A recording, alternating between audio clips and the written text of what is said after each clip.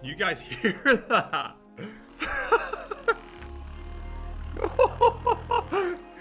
Yeah, okay, that is not in my camera bag. What is going on, guys? My name is Harrison Brown, and today we're talking about what's in my camera bag 2021. Before we go any further in this video, I have an exciting announcement to make. This was a piece of my kit. And I'm giving you guys the chance to win the Mavic Pro Platinum. Comes with fly more kit, ND filters, pretty much everything you want in a drone. This thing's epic, this thing has it. So all you have to do is subscribe to the channel and like this video. Good luck. So I was thinking the other day, I need some original content. I need something that nobody else has done before. And I thought, I've got a good idea. What's in my camera bag? Okay, so one of my favorites is the Fuji Polaroid camera. Photography isn't all about the digital. I feel like people get so wrapped up in Instagram, Facebook, YouTube that they forget about the little moments that you can capture on a Polaroid. Now, I actually have a Polaroid book upstairs and I fill it up with all my memories. This is the camera that I use for that. It's a wee Fuji one. It's incredible. It's amazing. It holds about 20 Polaroids per thing. I really enjoy this one. I really enjoy the memories out of it. I really enjoy filling up these books and not getting so wrapped up in the digital side. I mean, not everything is Instagram, not everything is Facebook. Some things just need to be for you, and this camera's for me. Okay, next up, we've got one that you've probably seen everywhere. It's an ND filter. Now, why do you use an ND filter? It simply limits the amount of light getting into your lens. So if you've got a very low aperture, you'll probably need an ND filter to limit the amount of light coming in, because your frame rate or your shutter speed should always be double your frame rate. But when it's too bright, you can't do this, and this allows you to do this. So yeah, ND filters are a necessity. You can get them quite cheap on Amazon. That's what I have. So next up is a 5 terabyte hard drive. It's an Armor hard drive, and these things are expensive, guys. These things go for like £200 per 5 terabytes. But I'm very paranoid about my data, about my photos, about my videos. I would hate above all else to lose anything, to corrupt anything. So I invest in it, guys. You know, it's security, it holds my photos, my memories. So I'm gonna use it, I'm gonna hold it. Moving on from the 5 terabyte hard drive, we have this. Literally, really simple. It's quite literally just memory cards. Memory cards, that's it. I always carry about 2 memory cards in case of one gets corrupted, or 2, you run out of space. Now, there is nothing worse than when you get to a location, you're shooting, you're snapping photos, you're getting videos, and then all of a sudden, crash. That's it, crash, boom, no more memory, and you've forgotten your memory card. So I always carry about spares of these. I would highly suggest that you guys carry about spares of these. And also, a little suggestion, go on Amazon for these guys, because you can actually pick them up a lot cheaper than you normally would. I went into Curry's PC World, and these were £120. I then went onto Amazon, and they were 30 quid. So as much as I'm maybe not for Amazon, these are a lot cheaper. Okay, next up is this guy. This is called a Joby Gorillapod, and basically what it does is you can vlog with it, you can hang it around stuff, you can just really play with it. But it really helps me when I'm vlogging, because I can go put this together like this and hold it at an angle, hold it far away from me, and you can set it up as a tripod. It's a lot more portable than a tripod. I've got the camera set up in a tripod at the moment, but so I can't show that, but it's a lot more portable. You know, when you're going up a hill, sometimes you don't want a big clunky metal tripod. All you need is a little thing like this. It's light, it doesn't take up that much room, so yeah. Gorillapod, Joby Gorillapod, they're like £100, definitely worth it. This little floof, it is called a dead cat. It's a shotgun mic with a dead cat on the end, and there's so many people that you go out and they're like, hey, what is that? Why have you got a thing in the air? It looks like a dead cat. And it's literally called a dead cat. So this is what I use. It basically blocks the wind, sort of, you know, you can get that. Yeah, well, it blocks that from happening a wee bit as much as it can. And they're pretty good. Shotgun mics can be used for a variety of different reasons. I'm currently using an actual studio mic, a Yeti studio mic, but I've got one on my camera. They're really good for audio and vlogging. So yeah, shotgun mic with a dead cat on it, I'd highly suggest it. Next up, we're moving to my wide angled lens. So this is a 16-35. I use this for a lot of my vlogs, and also on the end of it, I have a converter. This is an EF to RF converter. Basically, the new Canon models have an RF mount, whereas the old ones had an EF mount. So to save a bit of money, I got the EF mount instead of the RF. It's confusing, but you'll get used to it.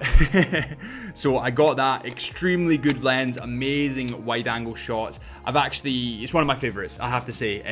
It's not got IS stabilization in it, but to be honest, it doesn't really need it. It doesn't need it. I think it's an incredible lens. So yeah, 16-35 EF mount 2.8.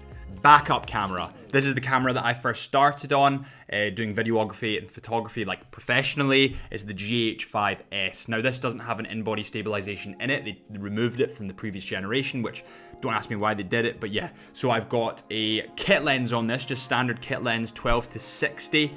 And yeah, it's been a fantastic camera. Can shoot in log, shoot in 60 frames a second, 120 frames a second. Actually, I think it shoots in 240 frames a second, 180p, so it's an incredible camera. It's the camera that I started on, guys. This is, you know, when something has sentimental value to you and you just love it. This is me and my camera. This is me and the old boy. It's like the old stallion, the one that's been through everything, the old workhorse. This is the GH5S, and I love it. So moving on to this tiny little guy here, this is a 50mm macro lens for the GH5S. For those of you that don't know, I shoot commercially for other companies in jewelry and luxury watches, for example, Omega. And part of the shoots are always getting really, really nice close-up macro shots with this guy showing the detail of the watch. So this is incredible for doing that, especially in a studio like I'm in at the moment. It's a really, really nice lens, and it wasn't expensive. It was maybe like £600, not deadly expensive, not like, oh my god, mortgage your house, remortgage your house expensive, but really, really good lens, and it's helped me a lot. The camera I am filming on at the moment is the R5, the Canon R5. I'll show you some B-roll shots of that at the moment. Incredible camera, shoots in 8K RAW, quite literally the best camera I've ever owned. And I've got a 24 to 70 lens on this at the moment. It's IS stabilized and it's the RF mount, so it was a little more expensive, but it's definitely been worth it. Like, the amount of times that I've used this lens and it's totally stabilized my footage is incredible. It avoids that, you know, when you put warp stabilizer on something and then you get that weird kind of like wobble at the corners, it cuts that out, which is incredible. Really, really amazing camera. Next up, we have this guy. What is this? Well, it is a Ronin Sc. Now basically this is a gimbal. This stabilizes your footage. I would highly suggest one of these for you guys that are more professional. If you're getting into this as a hobby, don't get one of these, but if you're getting into this as a job and it's your passion and you want that stable footage, you can quite literally run with your camera attached to this and it will be silky, silky smooth. So this has really, really helped me on commercial shoots and added that sort of deal of professionalism to my work. You know, it's very, very hard to get those smooth shots just handheld. Even if you have the in-body stabilization and IS lens, it's always better to get one of these and prevent the dodgy warp stabilizer. So the Ronin Sc, these are quite expensive, but if you are professional, they are well worth it. So next up, we have this little guy. It is a Gopro Hero 9. It's my action cam. It's what I use for when I'm skiing or when I'm underwater, or, you know, whenever it shoots in 4K. It went round the whole of South America with me. I'm not sure if you guys remember that, but it went round the whole of South America with me. Very, very sentimental. I've actually got a mod on it, so I've got the sound mod, because believe it or not, I actually used to vlog on this thing, and I also have a wee extendable pole thing on it. So I can, if I'm vlogging on it or if I'm getting any action shots, I can put it away from me. These aren't expensive. You can pick them up on eBay and they're incredible cameras, like really, really incredible to start with. And you know how I was talking about the Ronin Sc? This thing doesn't need stabilized. This thing's in-house stabilization is insane. So if you want to start with a camera shooting 4K footage, shooting vlogs, you know, this could be the one for you. GoPro Hero 9, incredible camera, very, very sentimental. You can actually see here that it's absolutely screwed. It's so damaged because I've literally used it so much. But yeah, that's in my camera bag. Next up is the Mavic 2 Pro. I got this drone about maybe 3 to 6 months ago. It's been absolutely incredible. Can really, really fly a lot stronger than the previous version. That sounds a bit weird to say, but when you're flying it across somewhere and it's a bit windy, it kind of cuts through that wind a lot more. It doesn't get, you know, battered around as much. A lot stronger to fly. 4K footage, it's incredible. Like the 4K footage I've got with this is insane.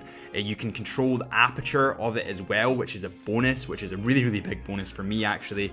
And it's really given me more flexibility with the photography and videography side of things. The photos are about double the size of the previous version as well. So yeah, incredible camera. I have this all the time. I carry this up hills. Although it weighs a ton, it really, really helps. So that's my camera bag. Next up is ND filters. ND filters for my drone. I've got ND4, ND8, and ND16. I'm probably gonna have to get the more like the bigger ND filters, like 36. I was flying in the sun the other day and I actually couldn't get my shutter to double my frame rate because of how bright it was. And even though I lifted the aperture and all that kind of stuff, you don't want to do that. So ND filters really help when flying drone. They prevent that kind of juttery footage that you can sometimes get. So I'd highly suggest getting these guys. And they're not expensive. Get them on Amazon, maybe 40 quid. Well worth it. And then finally, the lens that I'm actually shooting on at the moment, which is the 24-70 IS stabilized 2.8. Incredible lens with the RF mount. Really gets that amazing depth of field. And I'm in love with this lens. This lens is my go-to lens, and that's why I'm filming on it at the moment and just using some B-roll. It's really amazing. So I'd highly suggest getting an RF lens. Okay, that is all from me, guys. Thank you so much for watching. If you enjoyed this video, please subscribe to the channel. It would really help, and I will see you on the next video.